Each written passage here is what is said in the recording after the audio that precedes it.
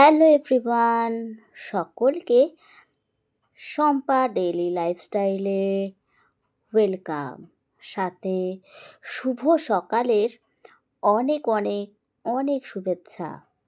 প্রতিদিনের মতন আবার চলে এলাম নতুন একটা ব্লগ ভিডিও নিয়ে। তো বন্ধুরা, সবাই ভালো আছো নিশ্চয়ই? আমিও বেশ আছি। প্রতিদিনের মতন এই ভিডিও নিয়ে আসা আর বন্ধুদের সাথে গল্প করা, এর মজাটাই কিন্তু আলাদা। তো যাই হোক, আজ সকাল সকাল উঠে পড়েছি, যেহেতু আজ বৃহস্পতিবার। তো বৃহস্পতিবার মানেই হচ্ছে প্রচুর কাজ থাকে। তো অনেকটাই ভোরবেলাতে উঠে পড়েছিলাম। তো দেখো, স্নান টান সেরে পুজো দিতে চলে এসেছি। এই যে আমার মা লক্ষ্মী আর এই যে বাবা লোকনাথ, সবাইকে মালা পরিয়ে সুন্দর করে আমার ছোট্ট আসনটা সাজিয়েছি। কেমন লাগছে অবশ্যই একটু জানিও। আর আজ কিন্তু ঘট পেতে পুজো দিয়েছি, তো বুঝতেই পারছো কতটা লেট হয়েছে। আর ঘরের প্রতিটা দোরগোড়ায় আমি কিন্তু প্রতি বৃহস্পতিবার আলপনা দিয়ে থাকি। তো এই যে প্রত্যেকটা দোরগোড়ায় আমি নিজে আলপনাটা দিয়েছি। ভালো পারি না, বা সকালে অনেকটা কাজ থাকে, তাড়াহুড়ো করে প্রতিটা বৃহস্পতিবারই কিন্তু আমি আলপনাটা দিয়ে থাকি। আর এই যে আমার তুলসী গাছ, তো পুজো পর্ব তো মিটলো। তো এবার সব থেকে বড় কাজ, যেটা হাউসওয়াইফদের কাছে সব থেকে বড়, রান্না বান্না। তো চলে এলাম একেবারে রান্না বান্নার দিকে।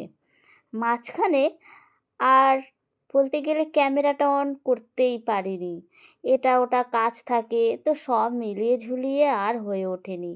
কিন্তু তোমাদের সাথে তো প্রতিটা পার্টই আমার উচিত তোমাদের সাথে একটু তুলে ধরা, কিন্তু কি করব, সময় যে আর কোলায় না। তাই যেটুকু পেরেছি সেইটুকুই করলাম আজকে ভিডিওটা। তো দেখো, সকাল সকাল হাজবেন্ড বাজার থেকে নিয়ে এসেছে রুই মাছ। তো আজকে বলেই দিয়েছে বেশি কিছু নয়, শুধু মাছের ঝোল করো পাতলা করে, সাথে এনে দিয়েছে ঝিঙে। তো সেটাই। তো চলো বন্ধুরা, এক হাতে তো আমি ভালো করে মাছটা ধুতে পারবো না, মাছটা ধুয়ে আবার আমি পরে আসছি। দেখো, মাছ তো ধোয়া হয়ে গেছে, ধুয়ে এবার বসে পড়েছি সবজি কাটতে। বললাম আজকে হাজবেন্ড বলেছে শুধু মাছের ঝোল করতে, আর বিশেষ কিছু নয়, পাতলা করে ঝিঙে দিয়ে, আলু দিয়ে, বড়ি দিয়ে, টমেটো দিয়ে মাছের ঝোল করব। গতকালকে রান্না করেছিলাম টকের ডাল করেছিলাম, পেঁয়াজি করেছিলাম, আলু সেদ্ধ আর উচ্ছে আলু ভাজা।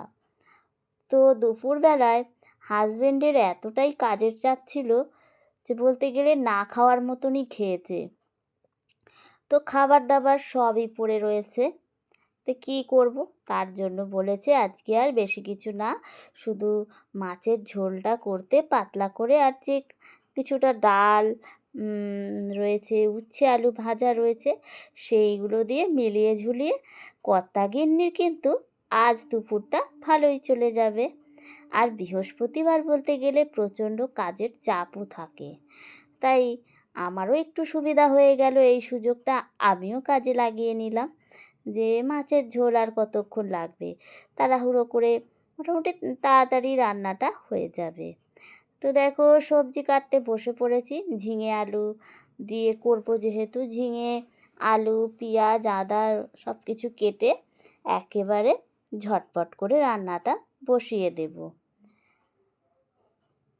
তো বৃহস্পতিবার অনেকের বাড়িতে জানি যে নিরামিষ খাওয়া দাওয়া হয়, কিন্তু আমাদের বাড়িতে বৃহস্পতিবার নিরামিষ আমরা খাওয়া দাওয়া করি না। আমরা সোম আর শনিবার এই দুটো দিন নিরামিষ খাওয়া দাওয়া করে থাকি। তো সেই জন্যই আজকে আর কোনো নিরামিষের ব্যাপার নেই আমাদের। এদিকে দেখো বড়িগুলো লাল লাল করে ভেজে নিচ্ছি। আর 4টে মাছ আমি তুলে নিয়েছি আজকে রান্না করব বলে।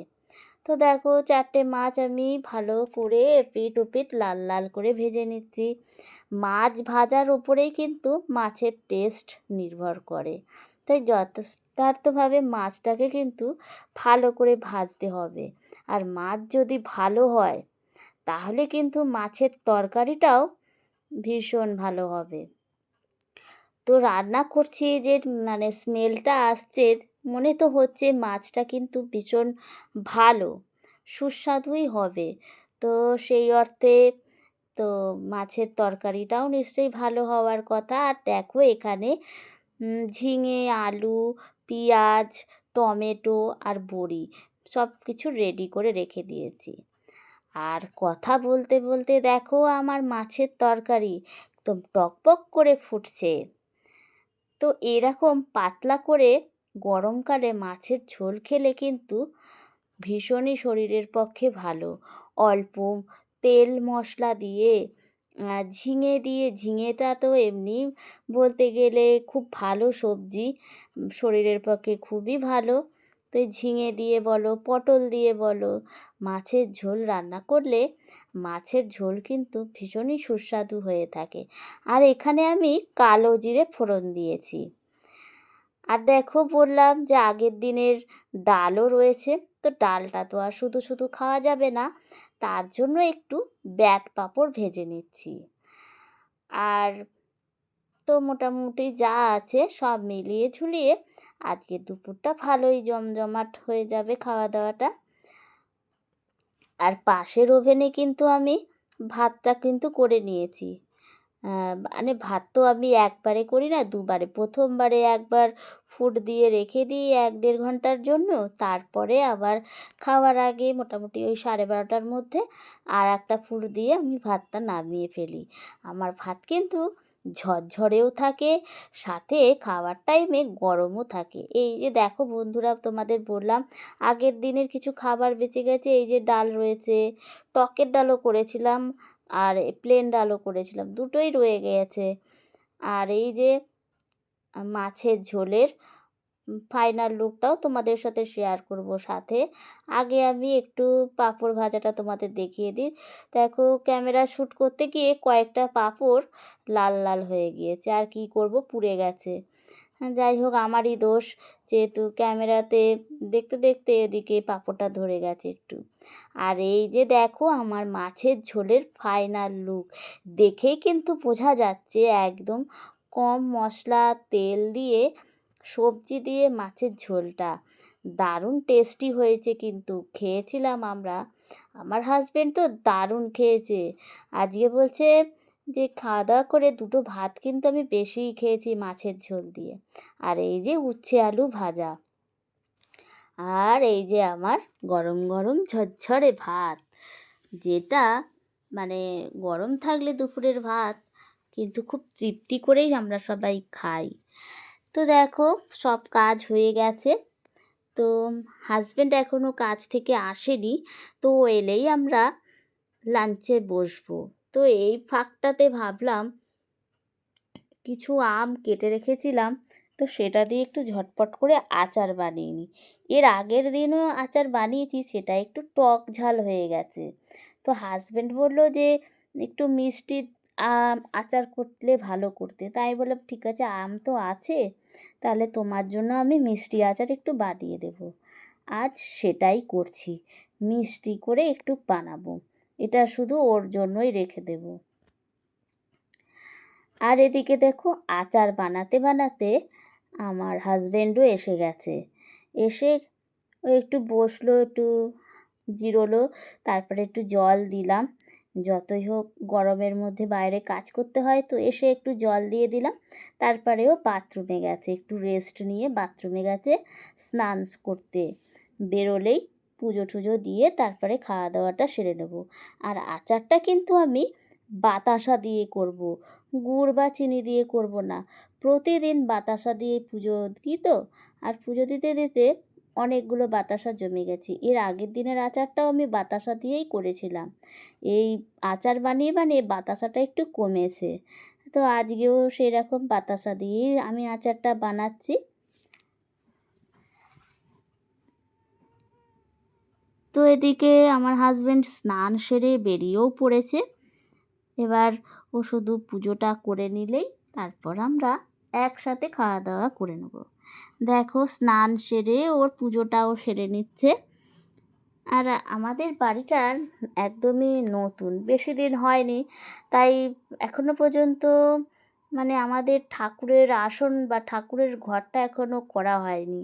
তাই এই শোকেসের মধ্যেই ফাঁকা জায়গাটাতে মানে ওখানে টিভি রাখারই জায়গা, ওখানেই আমরা ঠাকুরটা রাখি। এখনও ঠাকুরের জায়গা রেডি করতে পারিনি।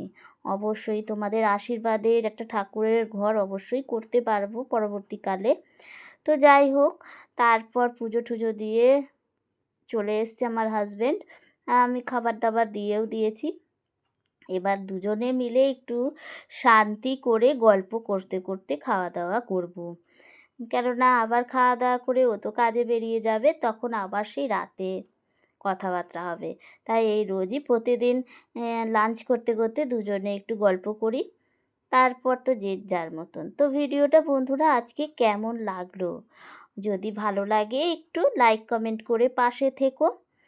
আর সবাই কিন্তু ভালো থেকো, আর কেননা সবাইকে ভালো থাকতে হবে। আজকালকার দিনে ভালো থাকাটাই খুবই মুশকিলের, তাই সবাইকে ভালো থাকতে হবে, ভালো রাখতে হবে, তবেই না আমরা সবাই একসাথে হাসি মুখে দিনগুলো কাটাতে পারবো।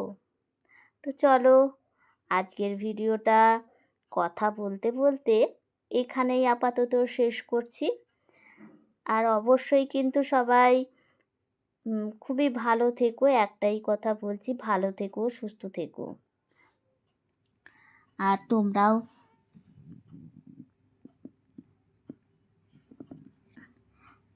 সুন্দর সুন্দর ভিডিও দিতে থাকি, আমরা সবাই সবাইকার পাশে থাকি। সবাই টাটা।